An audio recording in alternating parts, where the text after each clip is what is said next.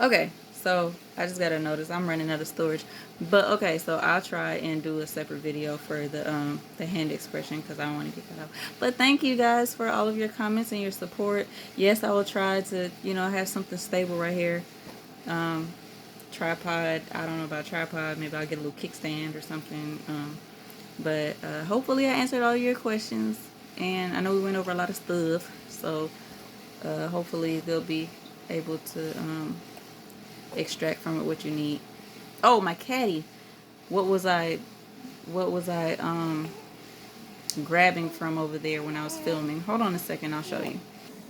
Okay, so this is her crib, right? Like, don't put anything there. This is her sheet that she lays on. I did have this covering her because it was kind of cold. This is a little caddy on the side of her bed, and that's what I was using. So it has like little quick things that you can pull. This is just in case it's like really early in the morning and I don't feel like getting up, or I'm like so exhausted, then daddy can fill this up and feed her. Also it has like little, her, what's the name, her, let me see it. This is her. I just put it in the top part of a bottle cap. Her mittens for her hands and her fingernails because they're long, like her mama. A little quick hats down here. Okay, well you can't really see it all that great. It's not really helpful. I tried to turn up the brightness, guys. Sorry, but this is for her. Bless you. This is for her dirty socks or her dirty mittens. This part has some quick. These are Pampers, y'all. Bless you. These are her Pampers, and I keep here. And then down here is where I got her blanket, but we also have washcloths. This is her washcloths, and her bibs. That's gonna be backwards. Sorry, guys. And this is the long cloth I was talking about. So you could dip this, is what I was saying. You could dip this in the bowl of water and place it around your breast like that, and then massage it, and then like that. But this is a burp cloth, and that's what I was talking about. If you have a longer washcloth, it's a burp cloth. And also, that's what I was gonna say. With breastfeeding, when I first started breastfeeding, it was painful. It hurt worse than my contractions, and the reason for that apparently is because I had a C-section. But also with a vaginal delivery, your uterus is huge because the baby was in it growing for 9 months. So basically, when the baby breastfeeds, or you pump, or you do a hand express or whatever, it is connected to, hold on. Sorry, she was spitting up, so I had to make sure that I had something on her. Anyway, so when you breastfeed, it is your when the baby latches, it's like it's connected to your uterus. No, your breast is not connected to your uterus. What I mean is that the reflexes the reflexes of the baby latching and sucking, it'll do just like this to your uterus, and eventually your uterus, it goes down to size over time, like pre-pregnancy.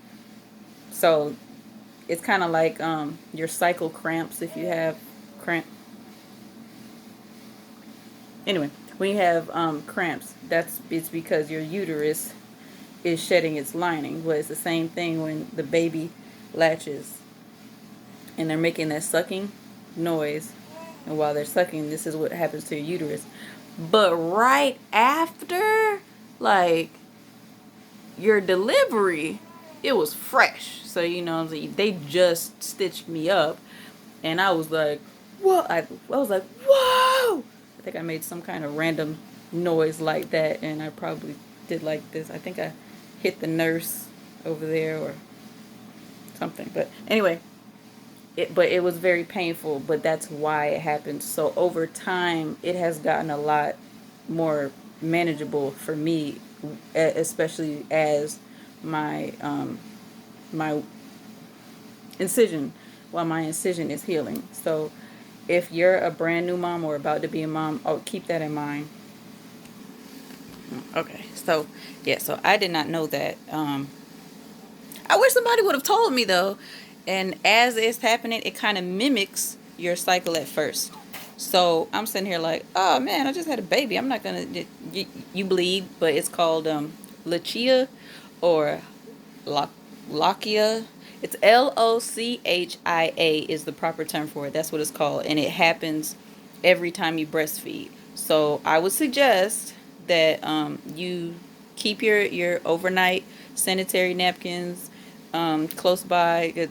It was a lot at first, but as your uterus shrinks and goes back down to size, then it's not going to be as much because it's not as much for me anymore either. So I would, but it was very painful. Like it was very extremely painful. Like I had to get a Percocet, which is a very strong painkiller, very very soon after I started.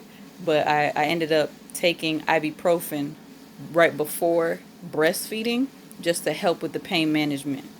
So if you don't have any prescriptions or anything like that, I mean, do your best as far as pain management, whether natural or the help of modern medicine. Do what you need to do to make you feel comfortable to actually help your baby. What else?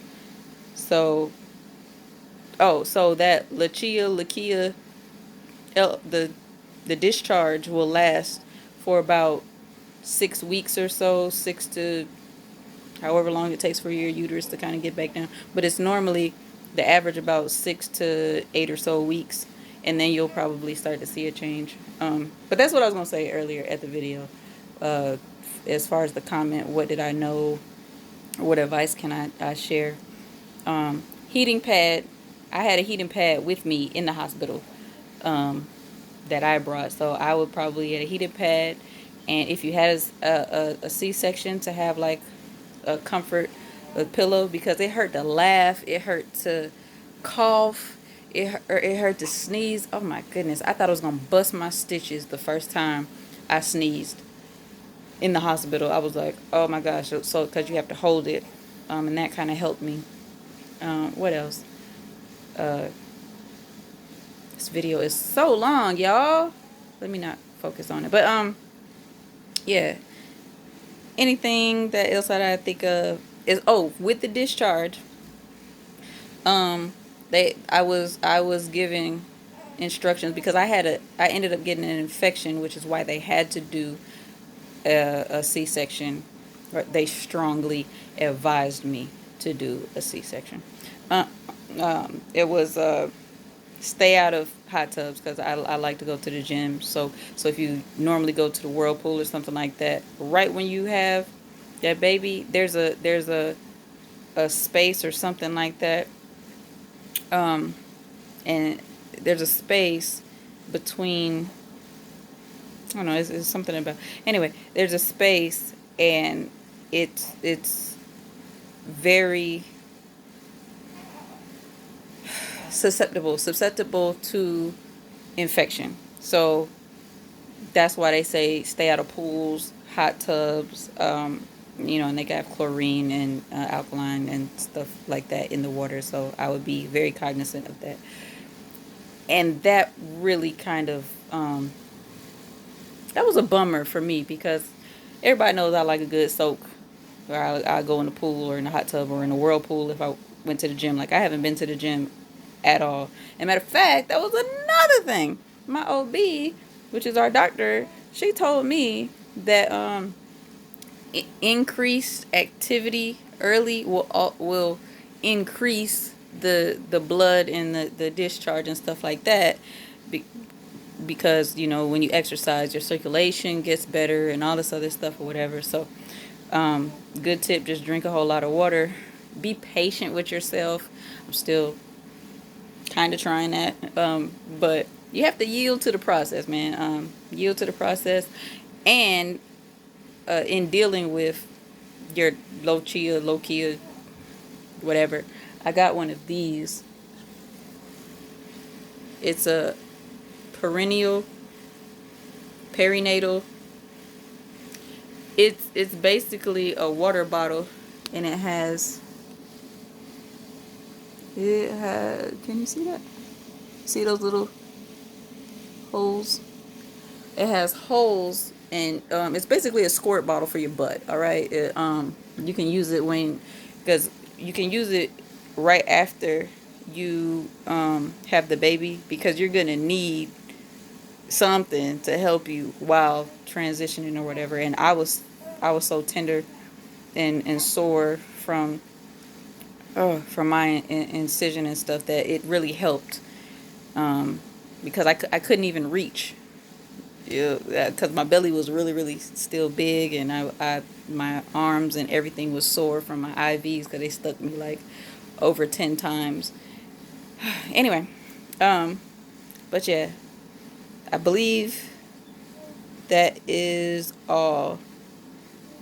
Any other tips I can think of as far as with constipation and your hemorrhoids, because you have to push the baby out with the same muscles that you use to have a bowel movement. Drink a whole lot of water, and fiber.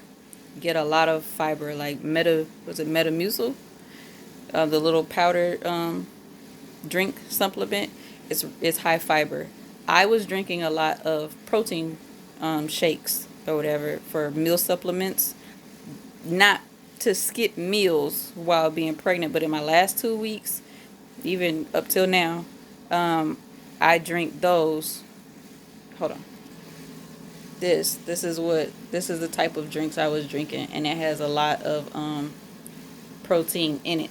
But there's nothing wrong with drinking them or eating a diet, having a diet that's high in protein. The thing that got me really constipated was not having enough fiber. So if you have the more protein you have, the more fiber you have to balance it out, so that you can still be regular and be able to make food. So I end up having stool softeners and all that stuff. Try that first. If you're constipated, if you have hemorrhoids, try something high fiber, a lot of fruits, a lot of veggies, or the little drinks that you can make. Try that first before you go back to your doctor and ask for more medicine and stool softeners and stuff. But it might help. So, all right, you guys. Well, thank you for sticking it out with me for 40 odd minutes. But I'm hoping that it helped. And as far as my shirt, yes, I'm doing all of these on the same day. So that's why I have the same shirt. This is the 1 out of 2 maternity shirts that I really enjoy. So hopefully something that I said, don't concentrate what I look like. Don't do that. But definitely those help me, and also walking, because my entire body got swollen from the C-section, like within about a week after the C-section. So what helped me was compression socks and doing a little bit of walking, even though it's painful. But just take your time and be patient with yourself, and it'll work out. So I would walk to the driveway and back after I felt good enough to do that. All right, guys. So hopefully I answered your questions. Probably had too much information. What's going on? If there are any fellas on here, I did get a couple of comments for some guys, about 2 or 3 or so. I'll try to do a separate video about little tips that your partner can help you with during this time, if you're a supportive either husband, boyfriend, the father of the child, or you're a caregiver or something like that, that you can help the mom as she transitions to child. There's a lot of stuff that goes on in your body that I wasn't even aware of. I thought I was just going to push this little baby out, and then, oh yeah, you know what I'm saying, your stomach could be big for a little bit and then it goes down, and I had no idea. And I, even in the videos I was trying to find to, for advice or whatever, because I'm a first time mom. No. Mm-mm. That was too much, because they all got their hair done and their makeup done, and they look slayed for the gods, and I'm sitting here like, oh, yeah, that's not that bad. No. I, yes, I would have really appreciated somebody just be like, look, this is what you're gonna need, and this is what happened to me. Tell me your story and tell me how you got through it, because you guys are amazing. Like, I'm learning so much about my body. I'm learning about the whole. Motherhood is a whole different ball game, and you gotta appreciate the journey. So I'm just learning, and whatever I learn, I'll freely share with you. Thank you, Miss May, for even asking the question. Things on what to do and stuff that has happened and whatever. So, okay, guys. Thank you so much for just letting me know that I'm not going crazy, that I'm possibly half normal. I'm just going through something new. So if you have any advice for me, please let me know, especially with pain. The other day was congested. We used eucalyptus. I put some drops of eucalyptus oil and smelled that, and that kind of helped clear that up, because I also have eucalyptus and peppermint oil, so that helped. So let me know what you guys think. Give me any advice that you got. And hey, honey. And let me know if I can help you guys out in any way. I will definitely try to do so. All right, thank you so much for tuning in, and see you guys next time. Latest.